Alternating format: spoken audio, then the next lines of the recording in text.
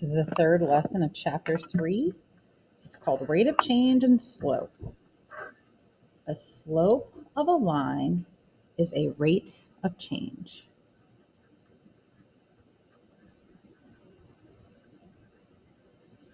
And it describes the rise over the run.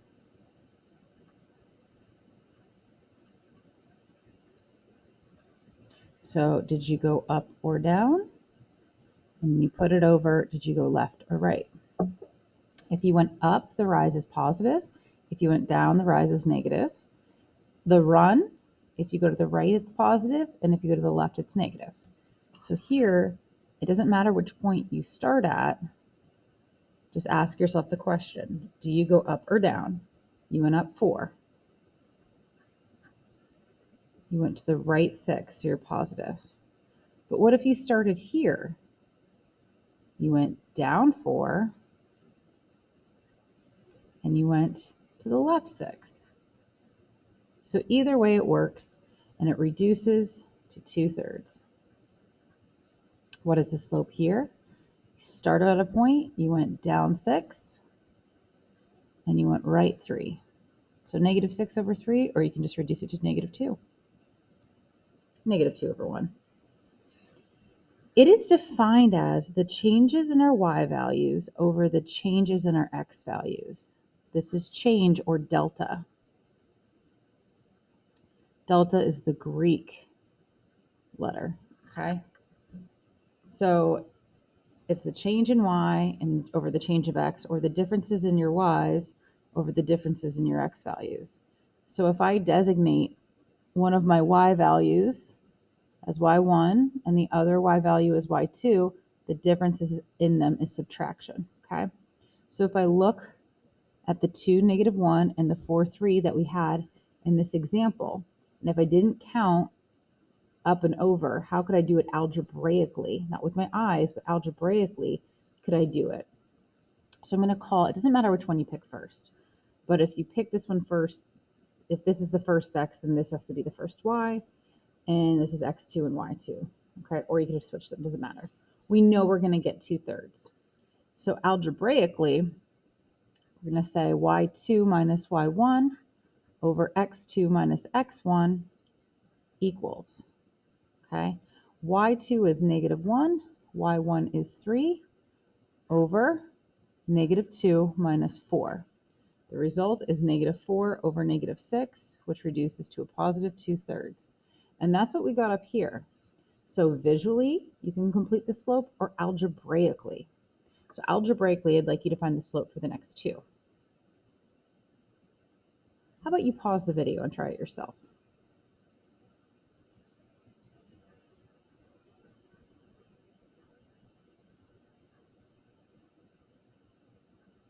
M is what we call our slope.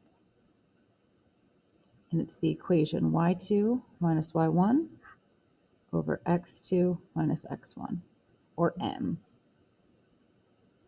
Our y2 is -2 minus our y1, which is 6, over 0 minus 2, and we get -8 over -2, which that's a slope of 4.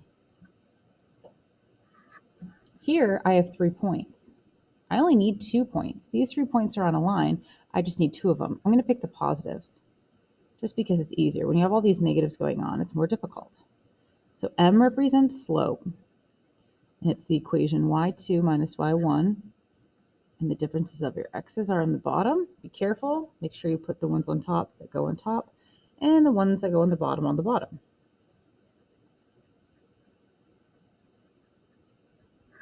Now notice how much work I did. Students like to skip this chunk and just go straight to here. You will make errors. If I've been doing this longer than you've been alive and I'm still doing it, then maybe we should all do that, okay? Flip. I don't know why, but I copied the same problem again. Okay, look at example 2. It says find the rate of change or slope of the linear pattern or equation. So if I look at this table of values, these are all these values that are on a line. I only need 2. I like 0, 9, and 112 seems to be pretty. I don't care. Once you pick 2 different points than I pick, let's see if we get the same slope. Okay, pause the video.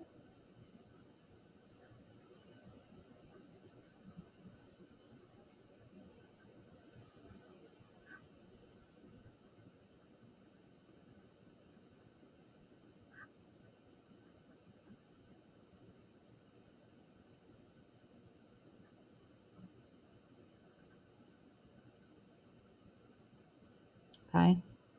Or I could have just looked at the table of values, 2, 3. This is the same table from up here.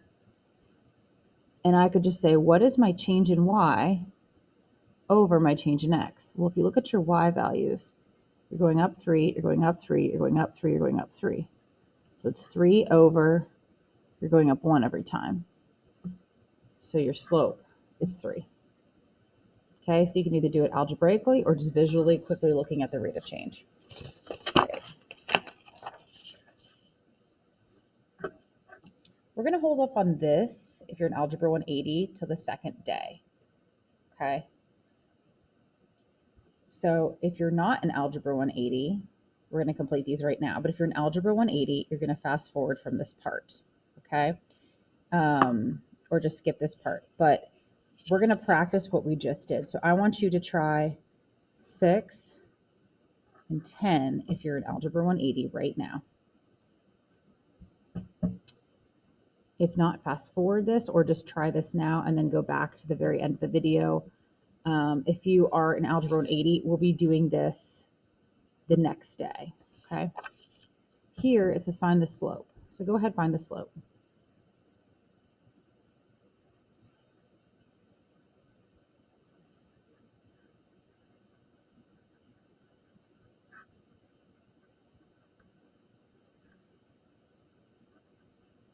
Okay, the video should be paused and you should be trying this on your own.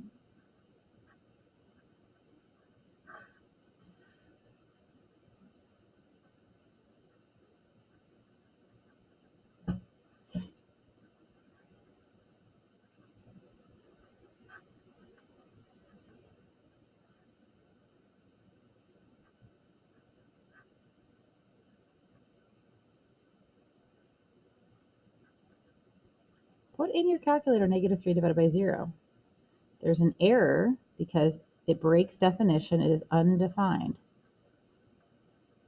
If we looked at a picture of that and we graphed it, we said, okay, 1, 2, 3, 1, 2, 3, 4, 5, 6, 7, and 1, 2, 3, 1, 2, 3, 4. Oh yeah, if I connect these dots, there is no slope. It's a line straight up and down. It is undefined. Okay. Now, if you're in Algebra 90 day, you're going to complete the rest of these notes now. If you're in 180, you're going to do it tomorrow. This says find the value of r so that the line passes through the points given the slope. They give you an x1, they give you a y1, they give you an x2, but they did not give you a y2. They want you to find what the y2 is. Now I could graph it, find a point, and then work my way down to find the other one, but algebraically it would be easier. I know we're talking about slope, so I'm going to use the slope equation. When we're missing pieces of information, we put in all the information we can and we solve for the rest. Well, do I know what m is? Actually, yes. I know the slope. I don't know y2. I do know y1. I do know x2. And I do know x1. All right, let's clean it up as much as we can. -4 equals r minus 10 over -14. Okay, we're dividing by 14, so now we can multiply 14 to the other side. 4 times 4 is 16, carry the 1.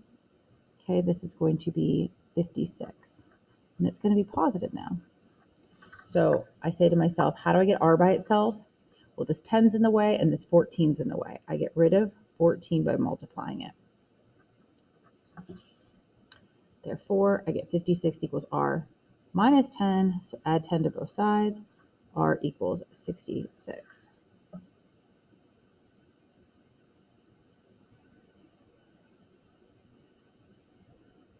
Questions? Okay. Seems like a very big number, but it is what it is. So let's go through and check. R, 10, 2, 12. Negative 4. This becomes negative 14. Multiply 14 to the other side. Becomes positive 56. Yep. Okay, let's try it again. Pause the video and you try.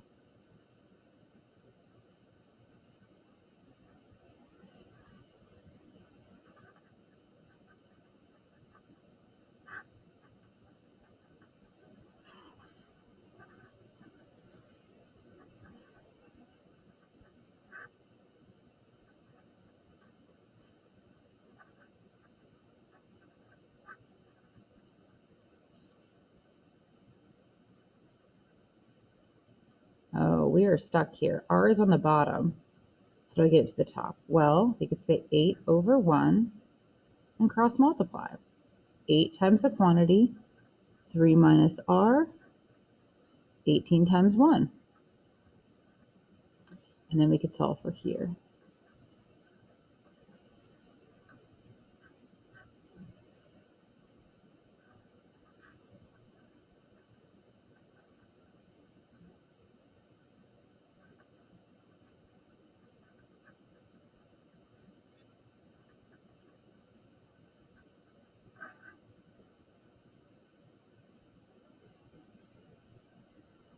Okay, and then lastly,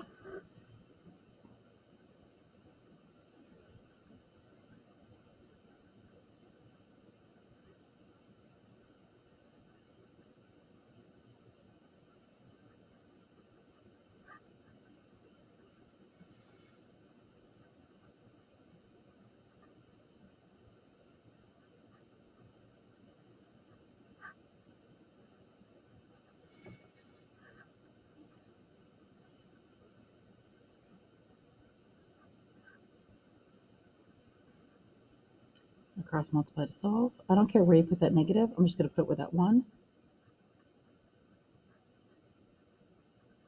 Technically, that's a 1, so we can put a 1 there if you'd like.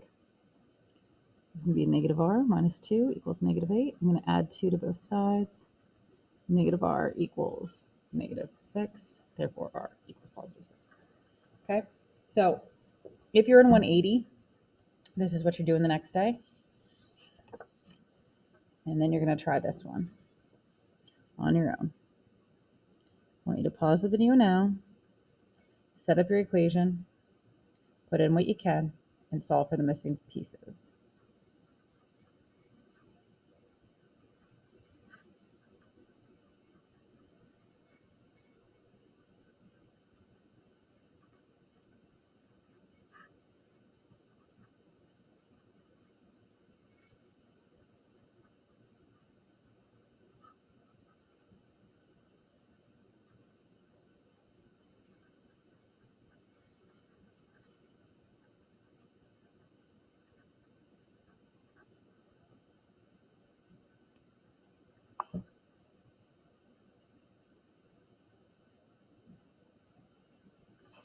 Okay.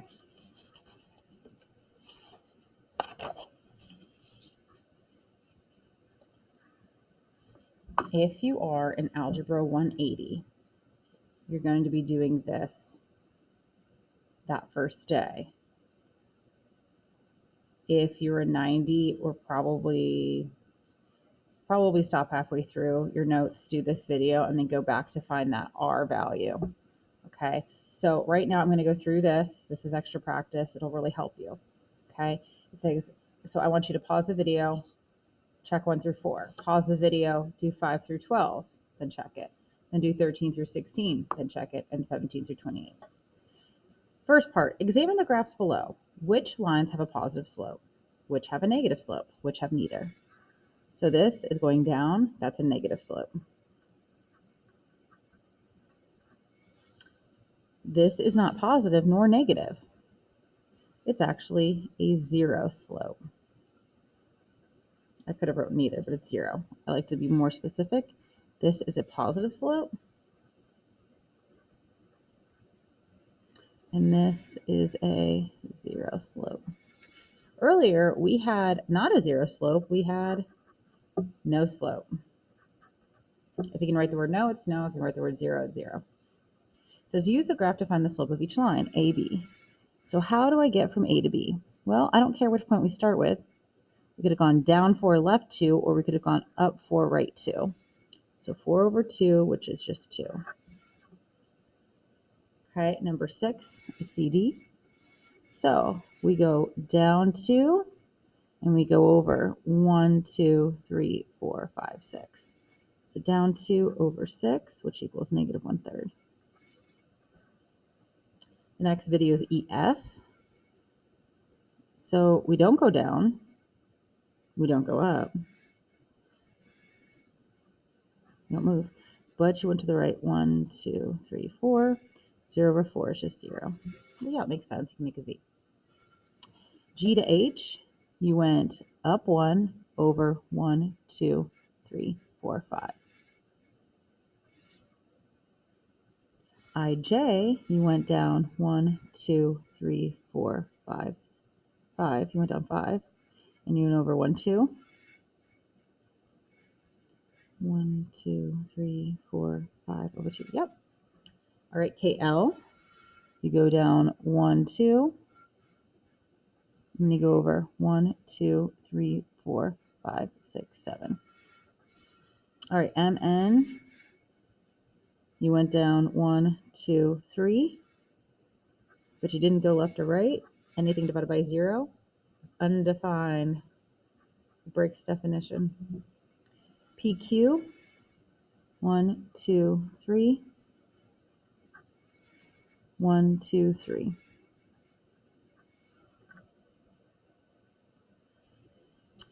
Okay, 13 through 16 says find the slope of each line. They tell you the rise is -5 and the run is -5, therefore your slope is 1. Your rise is 2 over your run, which is 3, so that's it. Your rise is -3 and your run is 4, so that's it. Your rise is -2 and your run is -5, so it's 2/5. Okay. Here they want you to find the slope of the line. I'm just going to do 4 of these. Let's do 17, 18, 27, and 28. Just get some. Just picking 4. All right, this is x1, y1, x2, y2. So 5 minus 9 over 1 minus 3. We get -4 over -2, which is 2. x1, y1, x2, y2. Okay, so we're going 4 minus 5 over 2 minus 7, which equals -1 over -5, which is 1/5. Is it going to be a positive slope? We start at 2, 4, then we're going up to 7, 5. Yep. Here, x1, y1, x2, y2. We're going to do -2 minus 9 over 7 minus 9. It's going to be -11 over positive 16.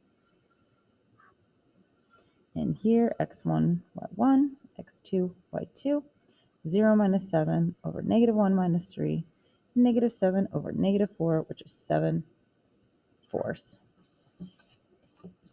Okay. We are going to do this on the second day as a bell ringer. So this was for the first lesson, and this is going to be for the second lesson. So let's talk about it. Adrienne is a hairstylist at New Age Salon. She pays a monthly fee to rent a station at the salon. The graph below represents the profit she makes each month based off the number of haircuts she performs. It says if Adrienne does 21 haircuts, what is her profit? So the x-axis is haircuts, profit is the y. So you go to 21 haircuts and you go up $150.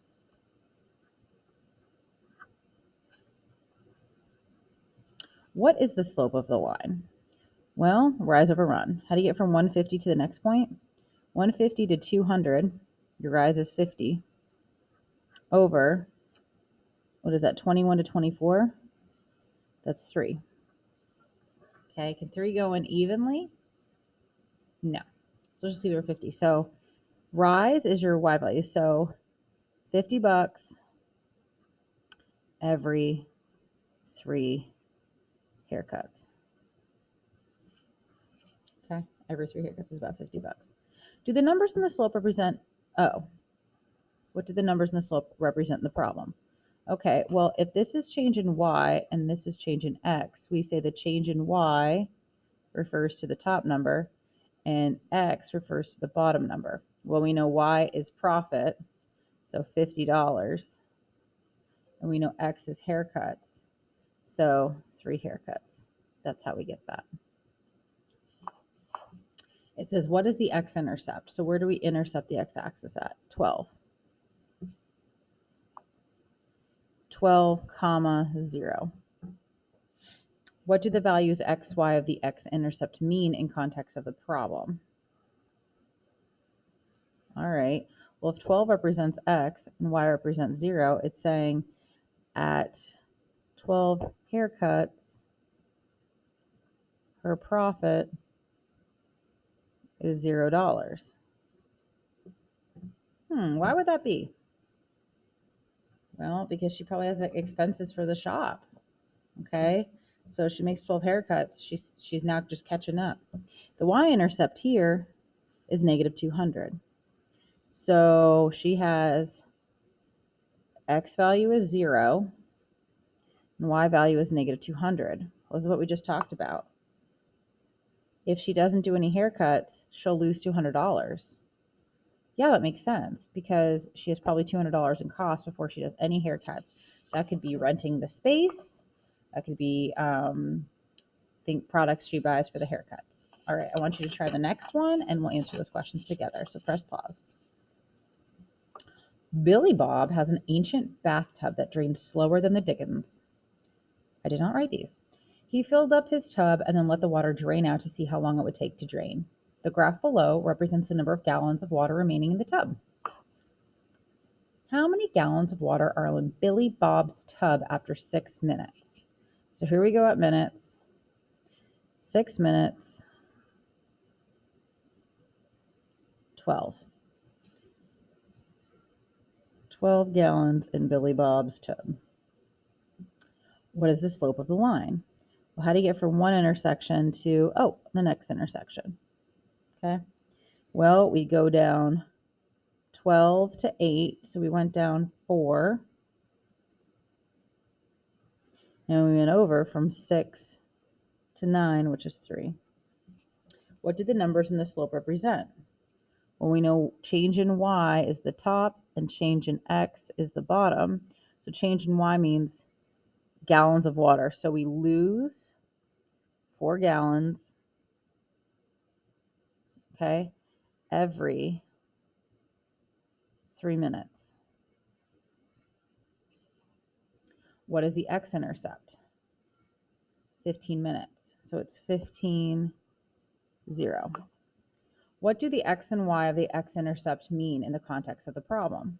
Well, we know that this is x and this is y. So after 15 minutes,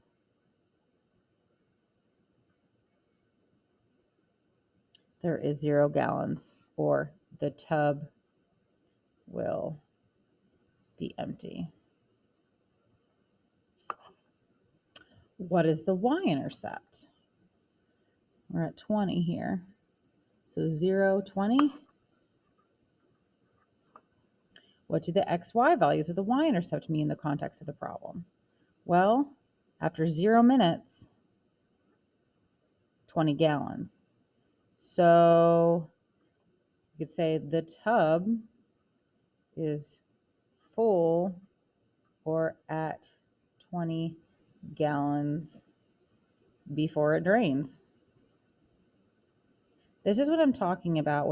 This is important. Maybe you're not going to necessarily do X and Y intercepts, but what you're going to do is decipher or analyze or look at information one day as an adult or college student and have to decide what it means. Okay? So this is important. Are you able to translate information to make sense? And yes, you can.